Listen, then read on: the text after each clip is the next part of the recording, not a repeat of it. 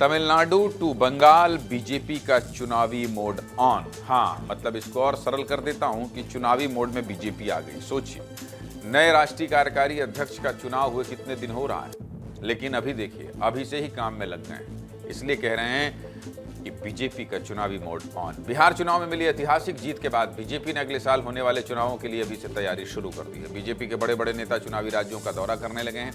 असम से लेकर बंगाल तक विकास की सौगातें दी जा रही हैं।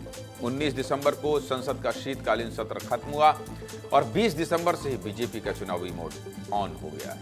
बीजेपी ने पूर्वोत्तर और दक्षिण भारत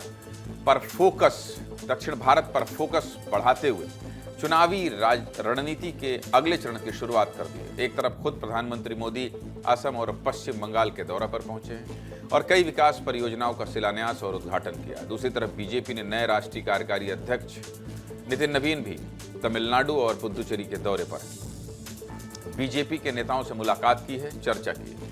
दक्षिण के बीजेपी कार्यकर्ताओं ने नितिन नवीन का जोरदार स्वागत किया है। साल 2026 के अप्रैल मई में बंगाल, असम, तमिलनाडु और पुदुचेरी में चुनाव होने हैं। तो इन तस्वीरों के क्या मायने हैं, आप समझ गए होंगे। सबसे पहले बात प्रधानमंत्री के दौरे की कर लेते हैं। प्रधानमंत्री मोदी शनिवार को बंगाल और असम के दौरे पर थे। बंगाल में प्रधानमंत्री को नादिया में रैली को संबोधित करना था। प्रधानमंत्री कोलकाता एयरपोर्ट पहुंच गए, लेकिन घने कोहरे की वजह से उनका हेलीकॉप्टर कोलकाता एयरपोर्ट पर लैंड ही नहीं कर पाया, जिसकी वजह से प्रधानमंत्री मोदी ने वर्चुअली जुड़कर ही नादिया की रैली में पहुंची भीड़ को संबोधित किया। इस मौके पर प्रधानमंत्री ने ममता सरकार पर जमकर निशाना साधा, अवैध घुसपैठियों का मुद्दा भी उठाया। बंगाल के बाद प्रधानमंत्री मोदी असम पहुंच गए। वहां गुवाहाटी में प्रधानमंत्री ने गुवाहाटी एयरपोर्ट के नए टर्मिनल का उद्घाटन किया। बंगाल से लेकर असम तक प्रधानमंत्री मोदी के दौरे की तस्वीरों पर एक रिपोर्ट देखिए।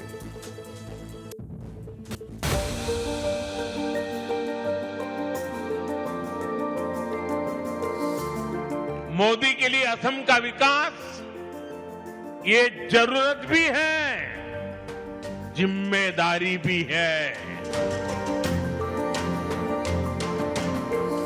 कांग्रेस 6-7 दशक तक जो गलतियां करती रही और मोदी एक एक करके उसको सुधार रहा है।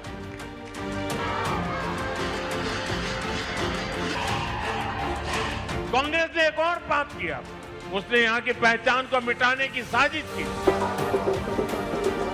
कांग्रेस वाले नॉर्थ ईस्ट जाए या न जाए, मुझे तो नॉर्थ ईस्ट और असम आते ही अपने लोगों के बीच होने का एहसास होता है।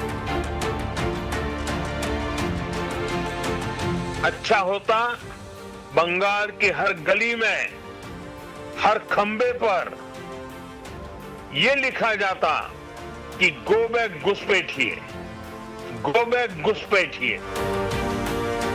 टीएमसी घुसपैठियों को बचाने के लिए ही बंगाल में एसआईआर का भी विरोध कर रही है।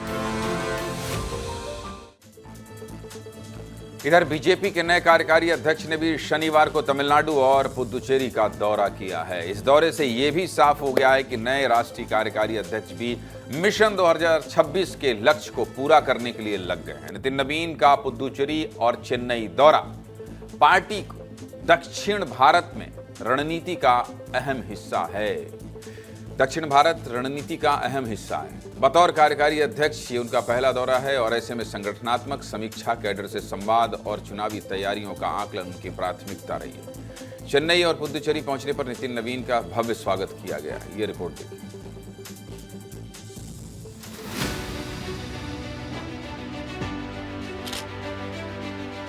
It is the BJP has set an example to the country that a ordinary karyakarta can be risen to the national president level. I am just saying thanks to all the workers, including my state president to booth president.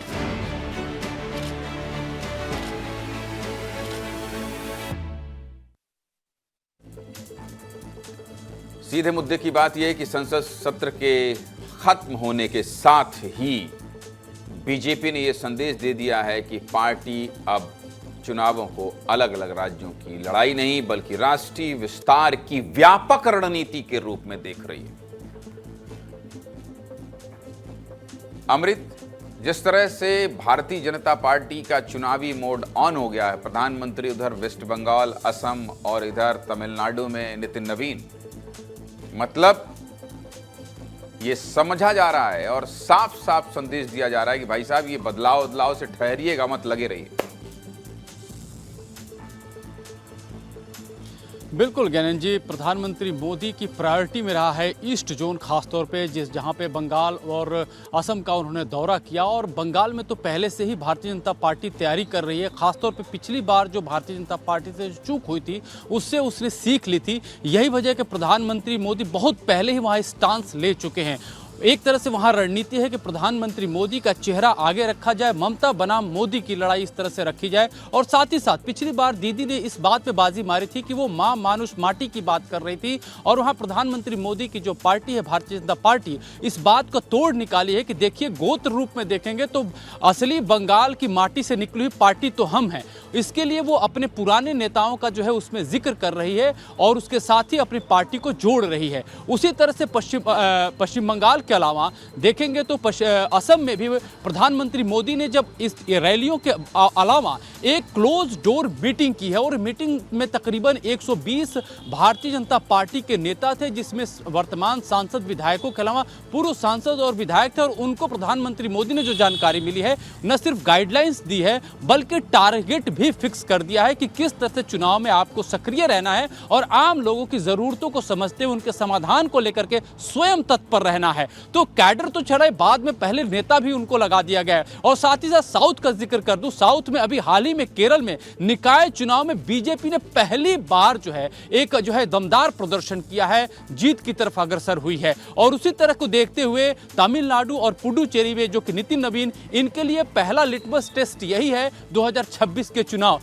JP Nadda को हमने देखा चुनाव दर चुनाव उन्होंने अपने आप को prove किया, संगठनिक उनका जो एक तेवर रहा है वो भी उन्होंने अपना दिखाया। पार्टी ने स्पष्ट कर दिया, जिस तरह तमिलनाडु का नितिन नवीन का दौरा देखिए क्या होता है। नए कार्यकारी राष्ट्रीय अध्यक्ष बनने के बाद, ताजपोशी होने के बाद 10-15 दिन तो मिलने मिलाने का कार्यक्रम चलता है, मिलने मिलाने का कार्यक्रम चलता है, लोग आते हैं, बैठते हैं, बतियाते हैं। यहाँ ऐसा कुछ नहीं है। चलिए भाई काम पे लगिए। यही भारतीय जनता पार्टी का अनुशासन है, यही राजनीति करने का तरीका। मिश्री जी बहुत बहुत धन्यवाद आपका।